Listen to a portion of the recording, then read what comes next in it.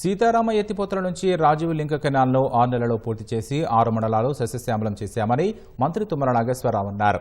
భద్రాచలం వరకు railway line పొడిగింపు, కొత్తగూడెం విమానాశ్రయం అందుబాటులోకి వస్తే రాములూరు క్షేత్రం మరింత అభివృద్ధి చెందుతుందని చెప్పారు. భద్రాచలం గుడి విస్తరణ కోసం భూసేకరణ నిమిత్తం అడగ్గానే 34 కోట్లు మంజూరు చేసిన ముఖ్యమంత్రికి తుమ్మల నాగేశ్వరరావు కృతజ్ఞతలు తెలిపారు. ఆగస్టు 15 నాటికి ఖమ్మం నుంచి రాజమండ్రికి వెళ్లే జాతీయ రహదారి అందుబాటులోకి వస్తుందని వెల్లడించారు.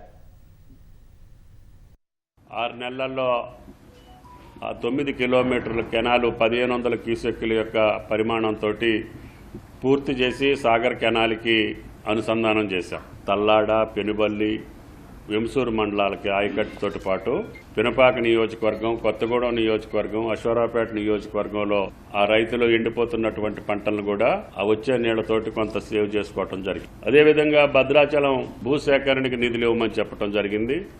వెంటనే ఉదయం చెప్తే సాయంత్రానికల్లా ఫస్ట్ ఫేజ్లో 34 కోట్లు శాంక్షన్ చేసినందుకు జిల్లా ప్రజల తరఫున ముఖ్యమంత్రి గారికి ధన్యవాదాలు. గతంలో మన చిన్నతనంలో కొత్తగూడెంలో మైన్స్ కాలేజీ ఉండేది.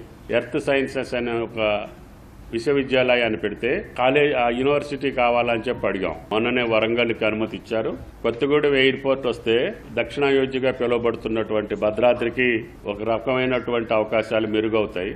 పాండురంగాపురం నుంచి సారపాక వరకు, గోదావరి యువతల వరకు ముందు 16 కిలోమీటర్లు వేస్తే భద్రాచలానికి రైల్వే కనెక్టివిటీ వస్తుంది.